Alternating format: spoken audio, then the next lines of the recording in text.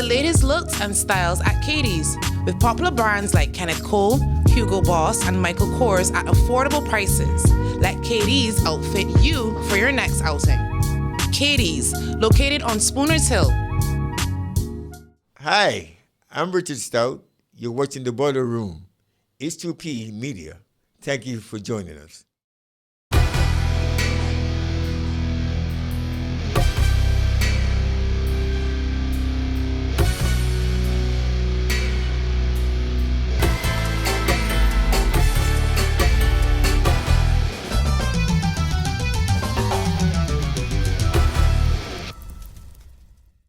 So yeah, Adrian, Giants among, I feel like a draw among Giants.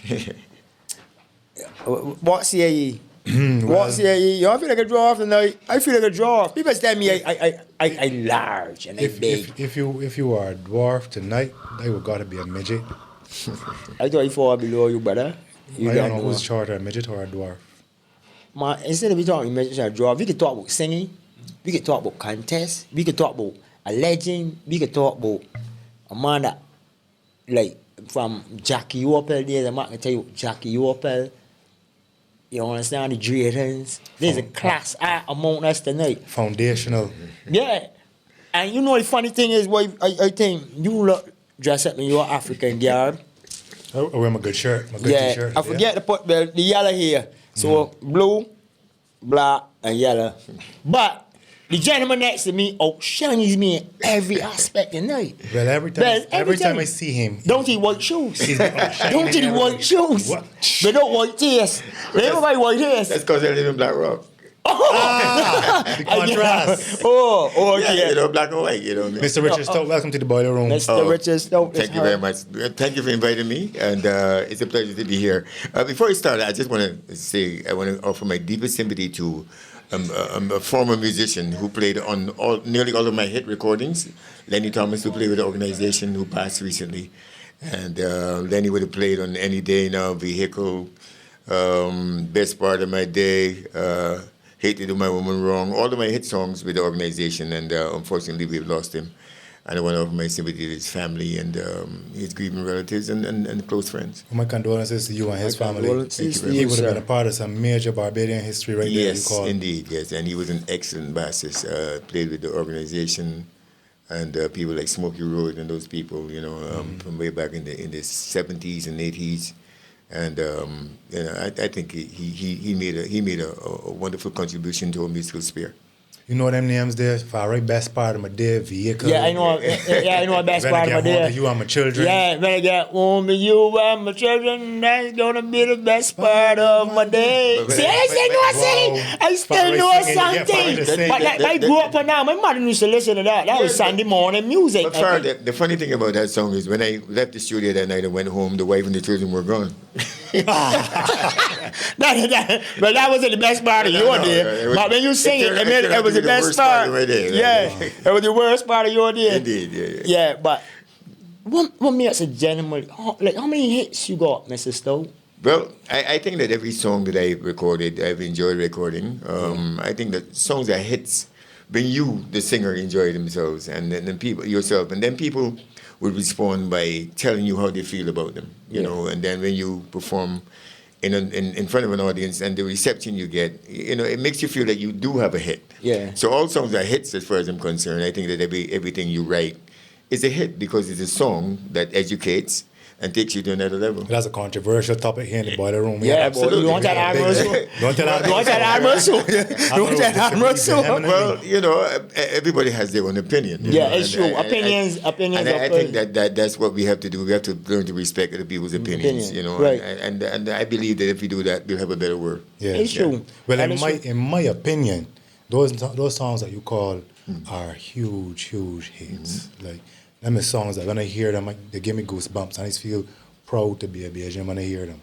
Well, nostalgia is very important. You know, you go back in your life and you remember, because if you forget where you come from, you can't know where you're going. Yeah, you know, sure. So you got to remember where you started. You're lost in the middle. Right, and that's what I've done. I've always remembered where I started and who were there with me. You know, because if you don't remember those days, then then you're in trouble. Where you started, Mrs. Stoute? I started in New Orleans. I was born in New Orleans, 2nd Avenue, New Orleans. And I started with a group called the Opels at the age of 12. The Opels? Yeah. As in Jackie Opel? No, Jackie Opel named us. Okay. We didn't know, we didn't have a name, but we used to rehearse in a public convenience in the 8th Avenue, New Orleans. Mm-hmm. It was Henderson Braffett, who was a lead singer, Mid Springer, the late Mid Springer, the late Kenrick Braffett, and a guy with a nickname called Lord Jesus, who was a boxer and a fisherman, and myself. We formed the group, and people showered while we sang on evenings.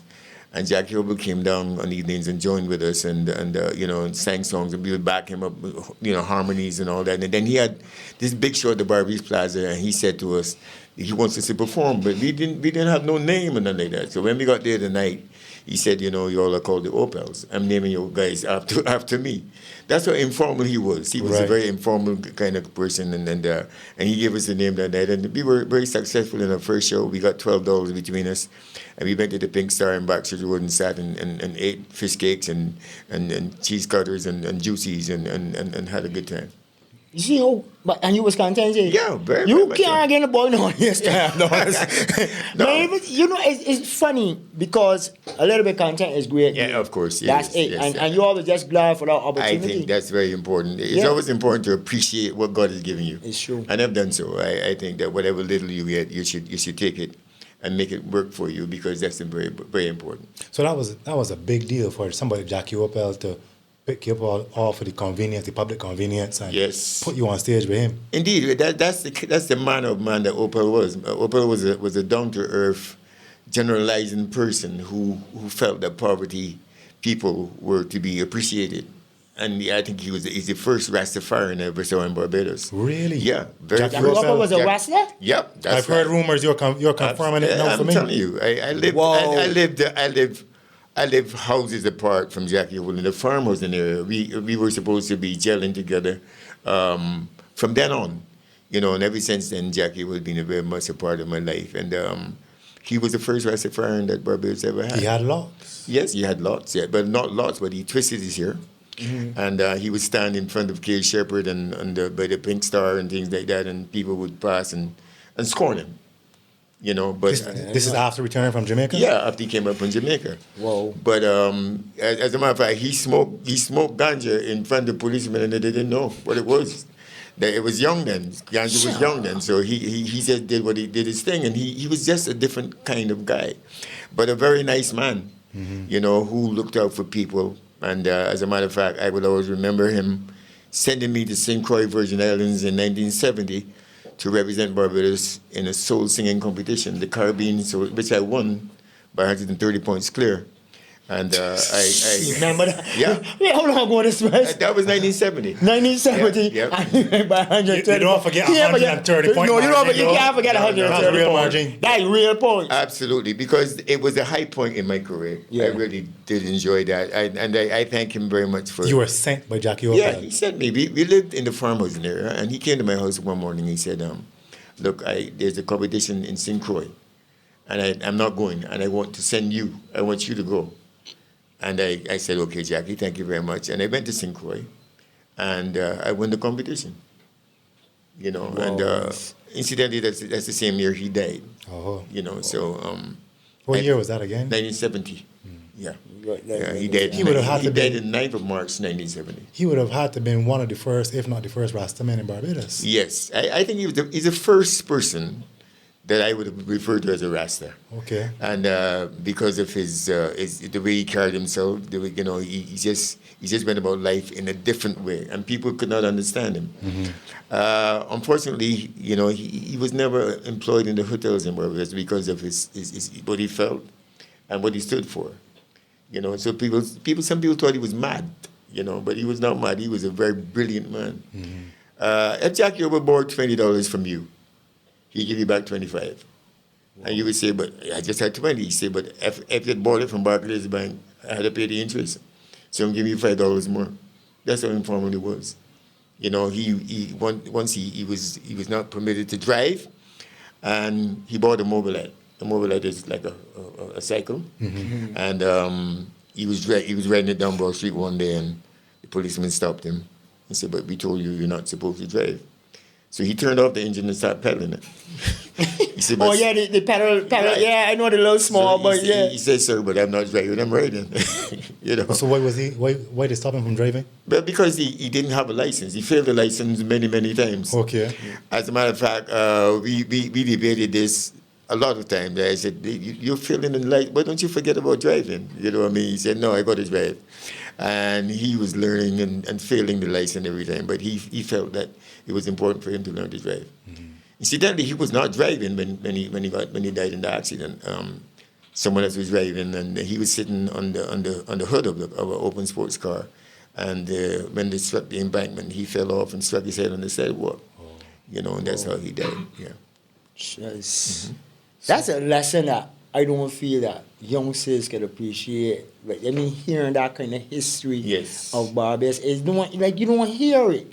I wonder why they keep it hidden. That story of Jackie Opal is well known? Yeah, well, I'm not sure it is never well known. hear about I know what I know. Yeah, you know, like he's the best boy to tell. Yeah, I think that I'm glad you asked that question, because I do feel that we have not really spent enough time on educating our young people on where our history of music or culture is really all about. We think that our culture is crop over, you know, and it started there. Mm-hmm. But we are not prepared to look back at where we started, you know, and someone like Jackie Opal should always be remembered, because he was just an amazing man with lots of talent. He would go and sit on the cemetery wall and sit and sing. And you would ask him why he's doing that. He said because he believed that the dead should be entertained as well. Yeah, that's how he was. You know, he just felt that he was just an unnatural fella who was a phenomenal. You saw 3 minutes of Jackie Opal and you had your money's worth. Wow. I mean, James Brown had nothing on him. I mean, he would dance, he would split, he would handstand and sing, put the microphone on the ground, stand on his head and hold a note for about 10 minutes and, you know, flip and get back up. And he put a table like this on his dance on the table. And, you know, just amazing, and split and get back up again. And he was just a very fantastic entertainer. I've never seen no entertainer better than Jackie Opal. Wow. No one. There's no videos of him, like, doing this kind of stuff. He has that, you know, they can, like, round it, like, saying as this is independent, because actually this month we decided to bring people that would know of independence and how Barbados gaining independence and stuff like that. So I think around this time, people like him supposed to be, you know what I mean, on heavy rotation on CBC and stuff like that, because we got a great appreciation for Barbadian and people that really like make Barbados sparkle. Like Rihanna gonna get a I think they're about to rename the Westbury Road after. Yes, I've been invited to that, because the winner of my competition this year has been invited. I think she's gonna sing over there, right? Yeah. And so I'm glad I'm gonna be there just to see that. But it's just a shame that the CBC doesn't have no footage of Jackie Opal at all. None whatsoever. All those things of Jackie Opal were thrown away. Yeah. That's how unvisioned we are. We do not respect. See it for the long run. You know, we just do not respect or own. You know, we need to give more respect to our people. Right. Because I believe the home jump should be first. Mm-hmm. Yeah. And I don't know why you would want to give homage to something that's from so far away when you have someone like Jackie Opal there. I have to tell you this. I went to Antigua in 1968 with a guy called Terry Prescott, who did limbo and sang as well. He had a song called Since That Awful Day. And when we got to Antigua, we were told that we couldn't perform because the management of the townhouse had changed and we couldn't have the work permit. So we had to remain in Antigua for 2 weeks before we can get a flight back out, you know. And then we met Jackie Opal in St. John's, Antigua. And he said, what are you all doing here? So we told him what we were doing. And he said, but you all want to sing? I said, but we can't because we have no work permit. He said, well, come with me. And he took us into a small house in St. John's, Antigua, a wooden building. And he said to the lady, calling her by name, look, I want to get a work permit for these two gentlemen. And it was no problem at all. He says, no problem, Jackie. And the lady came and stamped the work permit for us for 3 weeks. And then when we were walking with him back through St. John's, Antigua, I mean, he was mobbed. People were behind him. I mean, this guy was like, and in Barbados, people never paid no attention to him. This man who was scorned in Barbados. Yes, exactly. Was accepted regionally. The Antiguans were crazy about this guy. I mean, he was the Jackie Opal. And in Jamaica, he won Top Vocalist Awards 3 years in a row. He won the what? Top Vocalist Awards 3 years in a row. Wow. You know, the Wailers talk about the influence of Jackie Opel on them. That's right. Bob Marley said in his autobiography that he was his greatest influence. And Owen Gray said he taught him how to sing.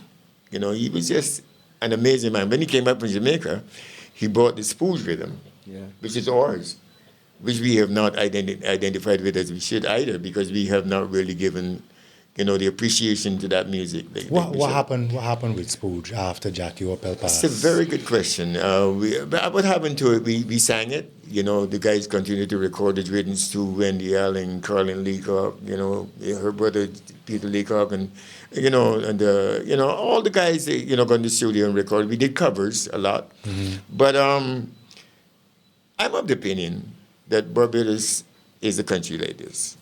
If you did not go to school to Commonwealth or Harrison College, and you live, or you came from a district like the Orleans or Chapman Lane or the Pine, whatever, you're going to struggle.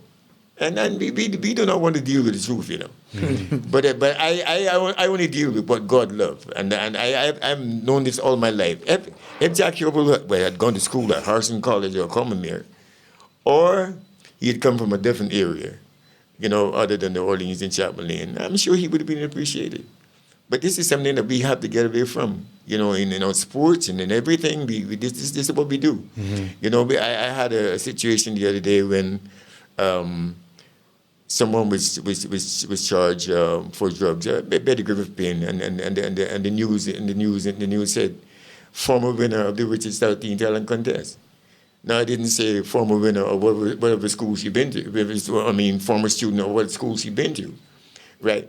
But because it is a detrimental thing to my 41 years of production of talent. Here was a good opportunity to use my name in that vein. You know, I would have liked to think that they would have thought about using the school, her former school. They educated her. You know, I had her for a couple of months and turned into the finer points of singing. So how about saying, you know, former student of whatever school you're from? But that's an effort to protect, the people who should really be mentioned in this vein. You know, if she done something good, I wonder if they would have said that. You know, so we have this problem where we don't want to give, you know, acknowledgement to the people that came from these areas. And I've seen it time and time again. I said, like in sports and in everything, you know, we don't want to show appreciation to those people at all. And the more talented people has come from the rural areas. Victor Gas Clark is from Carrington Village. You know, David Murray is from Carrington Village. You know, Teddy Force is from Carrington Village.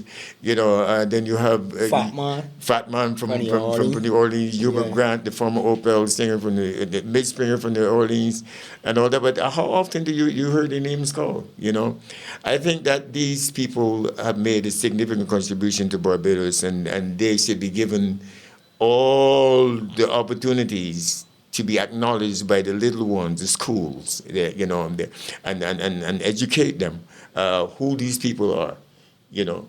But it's because of origin, and that's a fact. We don't want to accept it, but that's the way it is. You think you see it changing anytime soon? Has it gotten any better? Well, the only thing that changes in this world today is the climate. That's the only thing that changes. Right. You know, everything is all over as far as I'm concerned. It's always going to be like that because the majority of the people who are decision makers are people who are in control, and they don't want that to change. So they will always have that as an instrument. You know, I got this theory that probably one of the most powerful, if not the most powerful group in Barbados are the entertainers, the performing artists. But the performing artists don't use their power wisely. They're not unified, and they don't see themselves as having a role to play in shaping the country. You know, you hear them say things like all the time, well, not me, I'm a role model. But really and truly, that is your power. Your power as an entertainer is the ability to model the way individuals and society can be shaped. So can the blame, some of the blame be put on the artist for not stepping up? I wanna ask you this. What is your definition of an entertainer? What is an entertainer? That's a good one. I'm speaking about people who record or perform on stage music, drama, poetry, that kind of thing. Okay. Once I was called by a hotel to work, to do a show, to be the master of ceremonies at this hotel. And when I got there, the guy said to me, he wants me to wear a pirate suit. A what? A pirate suit. with a patch on my eye and a pirate suit. A white man. I said, sir, do you know what a pirate is? I said, a pirate is a man who robs people and kills people and make them walk planks and all that. I can't even swim. So I am not going to be no pirate. This suit I'm wearing is $700. I'm not going to take off a $700 suit to put on a pirate suit. He wanted you to sing in a pirate suit? He went to MC the show. MC the show, He said to me, well, okay, well, we can't do no better now, but this is the last time you're going to come here. I said, well, that doesn't bother me. I said, but we have not discussed money. What do you pay me? He said, $90. I said, $90. I said, no, you're not going to give me $90. That's not on at all. So you still have to look for someone to do this show for you. So he said, okay, well, okay, what do you want to charge? I said, you're going to give me $250 for comparing the show for you. He said, but I don't want to call the person's name. I give this person $90. I said, okay, well, but that's not me, that's him. So when the person came back from overseas, I had a conversation with him. I said, but why are you charging $90 to MC a show at a big A-class hotel like that? Why are you doing that? And he said to me, but I have a job. I'm a radio personality. I work at the radio station. I get a salary. I just do this for fun. So the $90 I get from them, I go back to the road and just spray it out, right? Mm-hmm.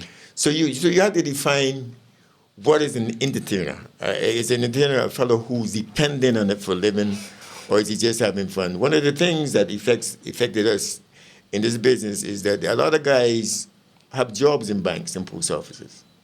So they see the entertainment arena as something that just let's have some fun. So they don't have to depend on that for a living. But if they had to depend on it for a living, they would say it differently.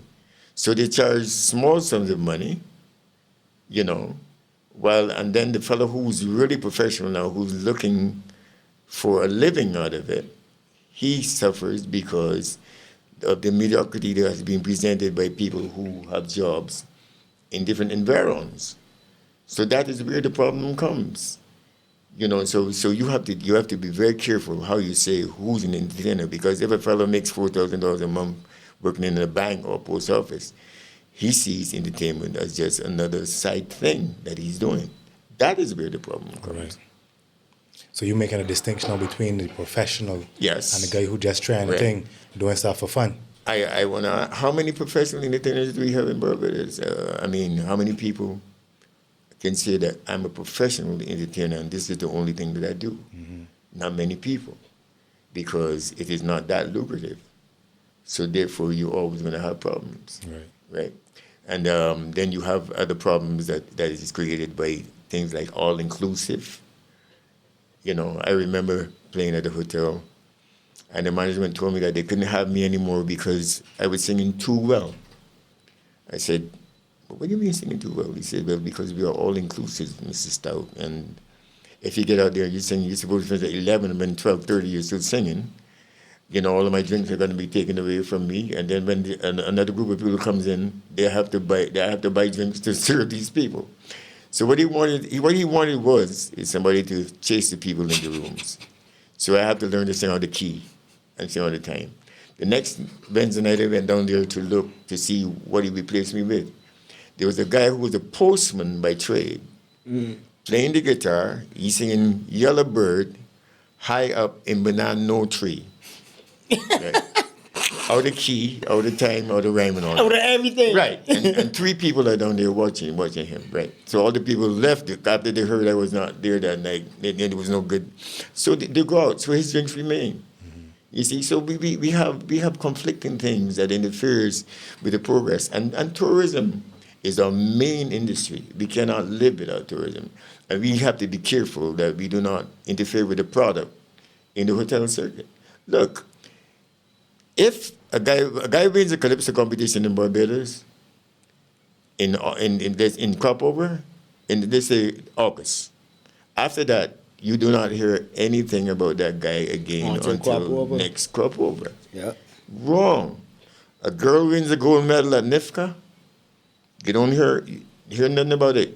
A tourist come to the island and say, I just heard the little girl who won the gold medal at NIFCA singing on the radio. Where can I go to hear her sing? Say, well, I know where her mom's work. Her mom work. I can take her by her mom. And if her mom can take you by her door and let her sing for you. But, that's it. Who was it we had in here who talk about the disco and the DJ killing the live music in Barbados? Smokey. It was Smokey. Smokey was talking about. Smokey Bird was in here. He talked about when disco came in. I didn't hear Smokey's comment, but I just want to say that the DJs cannot kill anything. Mm-hmm. The management of the place has to kill the things. The managers is who selects the DJs. The DJs don't go plug the things in the wall and start playing. So the management has to select people to be entertaining his or her guests in that environment.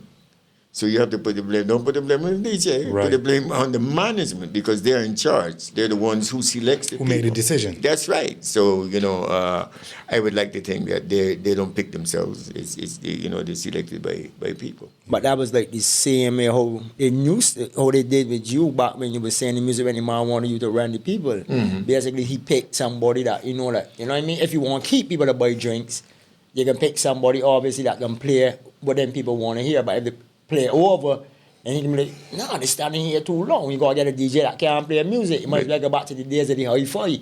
Go and get a man with a hi-fi or something. Go and get a man with a But all is not all inclusive. Yeah. But I'm saying to you that we have to be very careful how we look at these things, because entertainment has to be a productive part of tourism. You cannot have a tourist industry without entertainment. And so therefore you need to be selective in producing the right type of entertainment. I managed entertainment at Holiday Inn for 3 years. I was the entertainment manager there for 3 years. And I can assure you that's where my teen talent competition started, because I wanted to have a high standard always. Every weekend I had different performers on. And I mean, what I did, I implemented a plan that would have had local people coming into the Holiday Inn Hotel and mingling with the tourists, because I saw the time coming when the planes would not be coming anymore and we would have to depend squarely on the locals. Mm-hmm. So I said to management, why don't you let me introduce programs that are going to allow local people to come into this hotel, so that when the tourism sector fails or the low season comes, that you have lots of Barbadian people coming in and supporting you. And he backed me on it, and it worked well, because it did two things. It gave an opportunity for local people to come into the hotel and mingle with the tourists, and at the same time give exposure to local entertainment, right? So all these are little things that we need to understand. You cannot have tourism and you don't sell it wholly. We have Alison Hines and Dr. Anthony Carter promoting Barbados in a promo all over the world. I don't know if you've seen it. I haven't seen it. I heard about it, but I haven't seen it. But when the tourist comes to Barbados, they say, well, where's Alison Hines and Gabby? We saw them promoting. They say, well, one is going to Germany and the other one is in France. Where do these people perform in Barbados? Where can you go to hear them? I'm saying that if your daughter goes to NIFCA and she does well, she wins gold, that little girl should be given the opportunity to make a living in the hotels in Barbados. That's all I'm saying. I'm saying if a man wins a Calypso crown, he should be given an opportunity to perform in all the major hotels in Barbados because tourism is our main industry and we are selling our best acts. Well, you raising a real interesting dynamic between the entertainment industry for the open market Yes. and a competition now. Because the argument that some people will make is that the performance that wins a Calypso competition or a talent competition is not necessarily the performance that can draw people to pay to see a performance, if you understand what I mean. But how do you know that? You don't know what's in the egg until you break it. And I'm saying that if a guy is good enough to win a national competition, he should be good enough to perform. Not necessarily, though. Yeah, he should. I said he should be. But that depends on the competition and the criteria, Right. and how the competition is structured now. Absolutely. Yeah, that it depends on the criteria and all that. Yeah. But I'm saying that if you're a national winner, you're the winner of Barbados competition. You're the Calypso king of your country. What are you going to do for the rest of you? You have to get on a plane and go overseas and make a living. I was in Montreal with the mighty Gabby some years ago. And this lady walked up to Gabby. She said, I come to Barbados 3 times a year. I've never seen you perform in Barbados. I'm talking about the mighty Gabby. Yeah. The same Smokey Burke you talk about here that you had in your program. Smokey Burke is a writer. He plays his instrument. He can sing. He can be calm. He can make you laugh. But where is he at night? He's at home. You can't do that. You cannot suffocate your people like that. You yourself, you should be performing in hotels, as well, because of your talent, your ability. But the last time I performed in a hotel, the tourists get vexed, so I know. Why? Well, why did they get vexed? Why? Some tourists get real cruel with the content of one of the poems, man. Okay, well that's another issue. But I understand what you mean. Yeah. And in all fairness, this is about 3 or 4 years now that I'm performing NIFCA, and I still get called for performance. I still performing fairly regularly. But my experience is a little different, right? Because when I entered NIFCA, I made up in my mind I was not performing for the judges. I made up in my mind because the criteria that they had at NIFCA did not suit me. Okay. So I decided, listen, I'm performing to that criteria. I'm performing for the people. And if the people balling, I dare the judges to left me out. Okay. But a lot of artists really don't have them kind of balls. Right. They're going and they see the criteria, and it's not what they want to do. Within their heart, them know, man, this ain't what the people want. Right. This ain't what it's about. Right. But that's the criteria. They want that little gold piece of paper or whatever. They want their award. So they try to perform for the judges and for the criteria. So even if they win, nobody ain't calling them to perform nowhere because what they did not resonate with the audience. But if they don't see you doing that and see how you care about doing your thing, why they just can't say, you know what? I don't got to do it. Look, Adrian don't do it. People want validation bad, far right. People want validation bad. Same thing with me. I said, you know what I'm saying? There's them likes that you talk about. Yeah, them likes. That's why you're amazed. But you half of the things he's saying. I say, no, he's saying, Jackie Ober was one of the people that get ostracized and all that.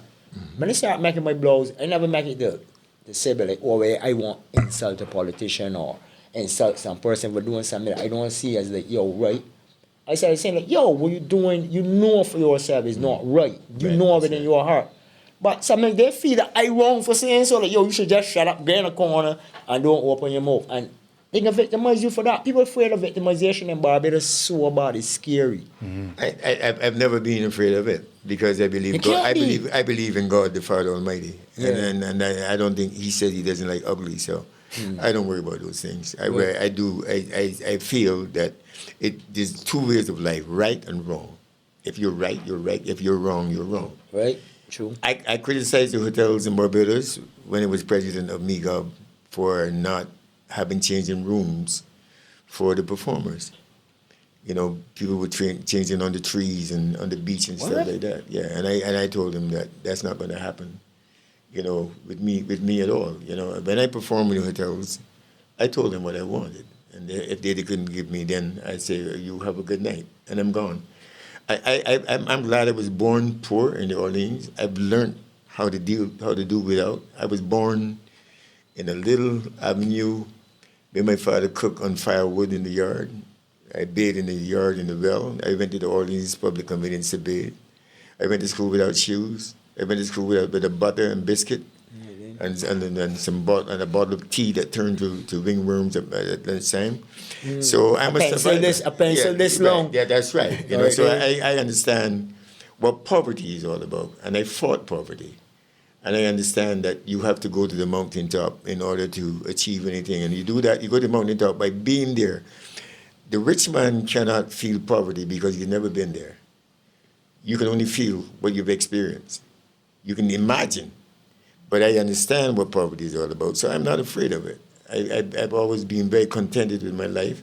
I never wanted no big car, no big house, because I've never seen a bungalow get buried with nobody yet. I've never seen I've never seen a car buried with nobody yet. But you know, a lot of the times, not to interject you, but the greatest asset to life is your integrity. When you go to a funeral, people sit and they talk about the person in the box, and they talk about what they have done, not what they have, because they don't have anything anymore. They talk about what you have done as an individual for the better of other people, and that's very important. You cannot buy integrity.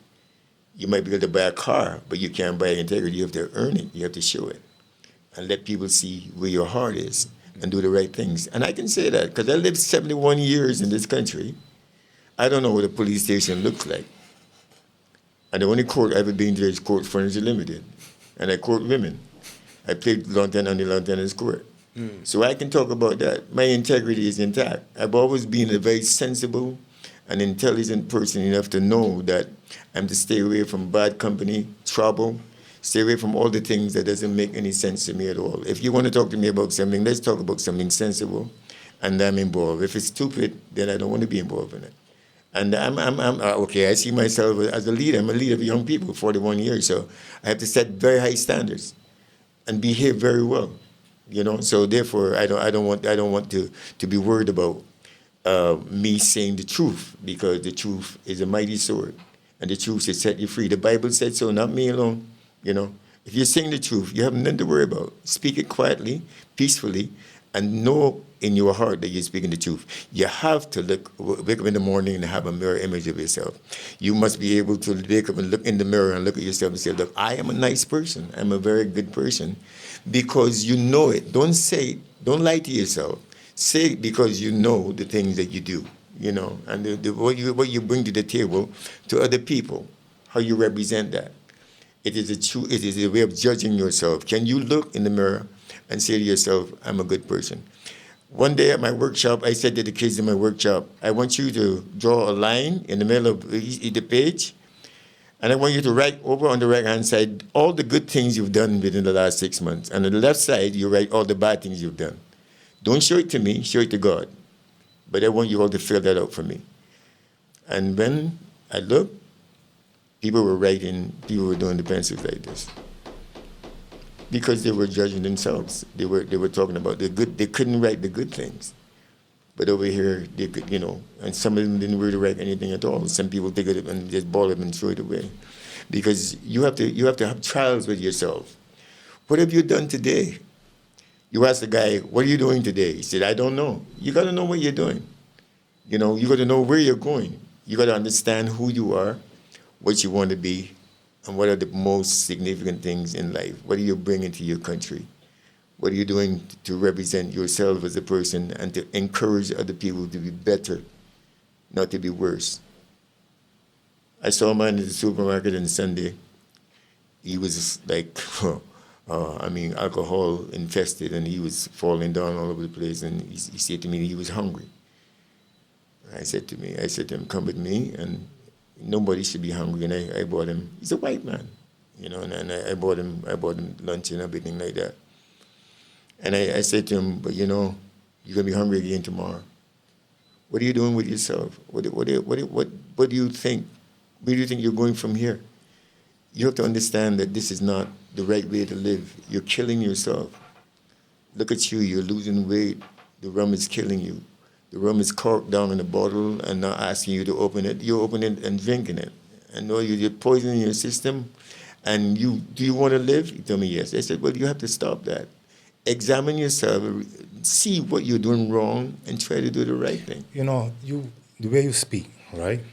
You know, people they got this stereotype of the entertainment industry and entertainers as wild men, party people, you know, abusers of substances, womanizers, live fast, die young. That's the entertainment industry, the stereotype of the entertainment industry. You seem to be combating that image. Like I said, I've always wanted to be who I am, rather than being other people, right?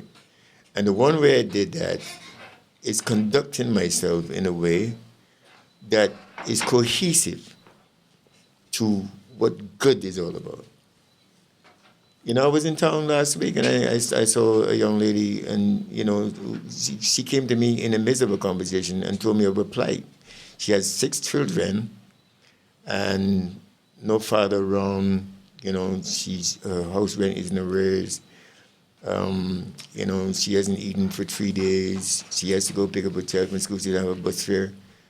I took her in to the Polka Dot restaurant, and I said to the lady, give her whatever she wants to eat, right? Because I'm dealing with a human being like myself, right? And I said, make sure this young lady is fed. And she ate I put it on Facebook. I said, listen, I want to take a picture of you and put it on Facebook and see if I can get some help for you.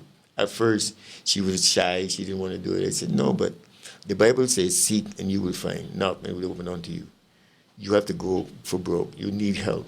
I can't do everything for you. Maybe somebody out there might help you. She agreed. I put it on Facebook. And then I got calls from people responded. They're going to do. Kenneth King from Germany sent her money. You know, then a lady from the welfare office called me and said, you want to have a meeting with her? My sister gave her $400 to pay her rent. You know, help started coming from all over. What are we doing for the good of other people? It's not. This life is not only about me. It's about you. It's about everybody else. And so therefore, that's where my head is at. You know, what can I do to make a better world, to make a better place for this country? And that's all I've been doing all my life. And I don't know no other way. I'm sorry. 40. How many years of Richard Stoute? 41. Yeah. And on that note, how long have you been doing Teen Talent? Because you see all what you just said, I can see how that lead up to you doing Teen Talent. Yes. Because that's the root. You need a root at some point in time. And use a root for a lot of things in Barbados. How many people have passed through Richard Stoute that's gone on to big up that thing? It's called, give me 5 names.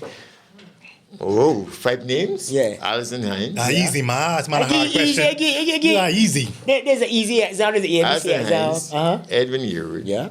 Rupi. TC. Tamara Marshall. William Classic Wave. Yeah. Aziza Clark. Who just won the Calypso competition? Ian Webster. You know, Kareem Clark. Fat Man, Urban Fat Man Weeks. Yeah. You know, I mean, I'll be here all night. Whoa. Nikita, you know, I mean, 90% of these young people have emerged through my competition. And I just want to add how proud I am of them. I don't think people know what I feel. I'm a very proud man. I'm very, very proud of what God has instructed me to do. And to see the development and to see what they've done with their lives. Some of these young people make me very, very, very proud to see that they have represented the youth of Barbados, you know, in the way that they have. And I'm glad that God has given me the strength and the incentive to continue to do what I'm doing. And as long as He blessed me with my health, I am going to continue. Look what's happening in another couple of days from now, where a young lady just 11 years old would be given an opportunity to perform for the queen of world entertainment, Rihanna, you know. Yeah. And I'm hoping that something very fruitful will come out of this, because she go up there and impress Rihanna, and then she gets an opportunity to be another megastar. You know, and that's what I'm hoping to do. I'm hoping to produce more and more outstanding talent for Barbados. What is it about the teen talent competition that has caused so many of those performers to ascend to the highest heights? Because there are other competitions, other areas where young people get involved in performing arts, but you know they perform to a certain stage and then you don't really hear nothing about them. They get out of performing after that. But Teen Talent has this record of persons continuing in the performing arts and moving to higher heights. What was the reason for that? I think it's a very spiritual thing. I pray about everything that I do, and I think God has really blessed my Teen Talent competition, because I don't think people don't even live for 41 years now, you know, and to have done this for 41 years, and it's only in the last 6 years that I've got the help from government. I did it 34 years on my own, but the last 6 years I did get help from government. I want to thank the Barbados government for giving the assistance that they've done in the last 6 years, you know, and it proved that it's a spiritual thing that has happened, because, you know, let's look at it. The Salvation Army came to my door this year, the major, and said to me, look, I have a box full of Bibles here, and I want to present them to your contestants. You know, that's spiritual. You know, and I was able to give the kids Bibles to read, not comics or guns, or, you know, things like that, but Bibles. And then when I had the final the other day, a religious organization filmed it for me and beamed it out to 90 countries across the world. You know, so and I mean it is so I don't have to have policemen at Teen Talent. I don't. It's just a peaceful, deliberate you know, thing that has happened, that it makes me feel that God is indeed in charge of this. I haven't been in a few years, but there was a point in time when it was really, really big, really huge in Barbados. Yes. I remember being. Middle PH coverage. I was at the gymnasium when the gymnasium was packed. Richard Stoute Teen Talent Finals packed the gymnasium when Rupee won. He was Rupert Clark back then. Yes. He had beaten Tony Noble by just 2 points. Yeah, that was an amazing evening. But, you know... He won a car. Yeah, he won a car. He's the first... Rupee was the first person to win a car in a talent competition in Barbados. This is before the Calypsonians? Yeah. It's the next year that the Calypsonians said, if Richard Stoute can give a car, then we got to get a car too. You up the thing, as the young people say. You up the thing. Yeah. Trendsetter. So, you know. what was actually with all of the gun that is hard, they must have had some hardships. Oh yeah, man. Like, you know, a tree that's got leaves that is fall off. If I had to write a book about Teen Talent, it would be the best-selling book that was ever written. Wow. Yeah, it would be a mind blower. It would be, you would cry, it would hurt you, because most of the kids who enter this competition are not rich people. Yeah, you know? it's true. And I've had to pull my pocket many times to make sure that a young lady or a young man gets on stage, because I don't believe that anyone should go on the stage looking unkept or not ready for it. So I would have had to go to stores and ask favors, you know. I've gone through some embarrassing times when somebody would tell me, bring the little girl. And when I go, because they had 40 or 50 people in the store, they tell me, I can't talk to you now, you have to come back tomorrow. Yeah. It's Saturday he says to come back, the show is Sunday, he tell me come back tomorrow. You know, so you meant Saturday, you say come back tomorrow, but it's Sunday, so he can come and open just for you? Exactly. Whoa. So, you know, Come back tomorrow. Yeah, I've been there. But it's really when I reflect on what happened. When Edwin Yearwood came to me one day before the last preliminary, 1983, he'd come with a group of guys from the Pine. They came on bicycles. And when I saw this gang of guys outside my house, gang? Yeah. I said, what's happening here? Were these guys coming to kidnap me or something? So I said, they got off and they came and knocked on the door. I said, well, what do you all want? He said, Mr. Stoute, we came to talk to you, man. We have a little boy here that could sing real good, man. We want what do you hear him sing? I said, okay. So I opened the door. So this frail little boy came in. I'll never forget. Edwin was so small. And, you know, he was sweating. He rode from the plane to Brighton. Right. So I said, can you sing? He said, yeah, I could sing. I said, but I said, well, sing. Let me say, I want some water. Give me some water first. So You know he want water in the chest. So I gave him the water. And when he started to sing, when he sang 2 lines, I said, no, stop it. Stop it. You come to rehearsal tomorrow. The last one is Sunday. Tomorrow is Saturday. You come and rehearse. You barely met the last preliminary. Wow. And the rest is history. You know, Good history. Yeah. Edwin has said publicly that the $1,000 he won at that time repaired his mom's house because the house was like depleted, you know, and then they began to fall on him, and he was able to take that money to rebuild his mom's house. And he said that they had an essay competition in his class, and the little girl next to him, her essay was based on the old house that Edwin Yeager lives in, you know. So when Rupert Clark won the car, both his parents were suffering with HIV, AIDS, and then he was able to sell that car and prolong their lives, you know. And you know, these are the things that makes me feel, you know, to know that I've been able to give, you know, and an ambience to a person that was in need, a young person at that.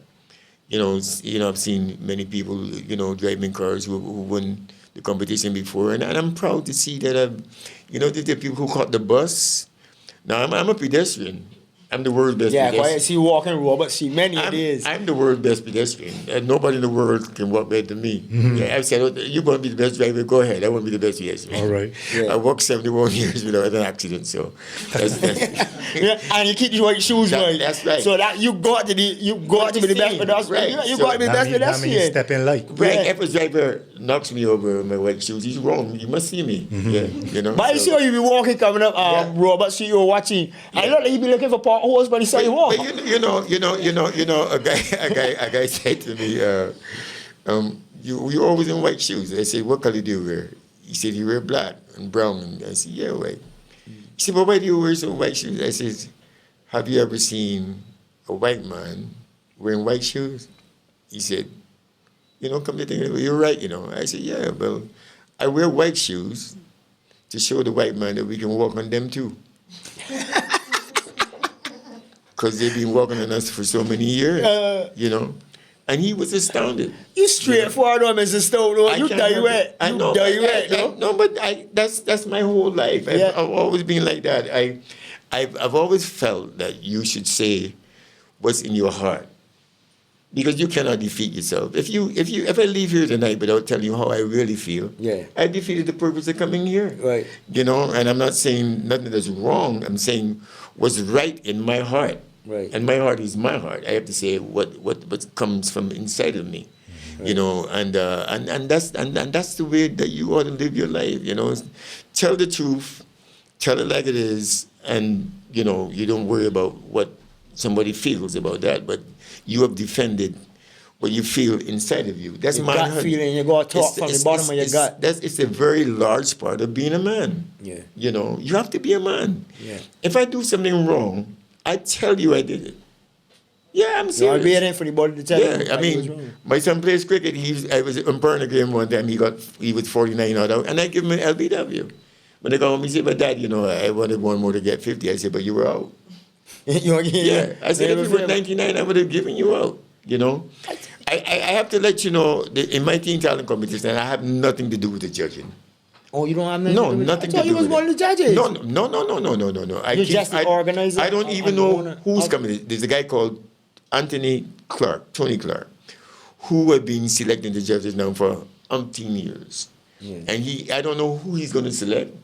And they go and they sit at the table and they make their decisions, you know, whatever. They go to a room, I don't know where they go, they come back, whatever, and I don't even read the decision that is made. So you actually be sitting there? Yeah. In front row? Yeah, I train the kids. That's my, and That's your job. I don't even speak to them on Sundays. I've done my work with you. You go out there and do what you have to do now. Right. You know, and then at the end of the evening, the chief judge, who's Mr. Sheldon Hope for so many years now, he A takes, former contestant as well. yeah, no, he never entered never Teen Talent. entered, No, he okay. was a CBU song, but he'd never been in Teen Talent. But he would read out the winners of the competition. I remember one evening at the auditorium, they came and told me that they had a tie, and they want me to come.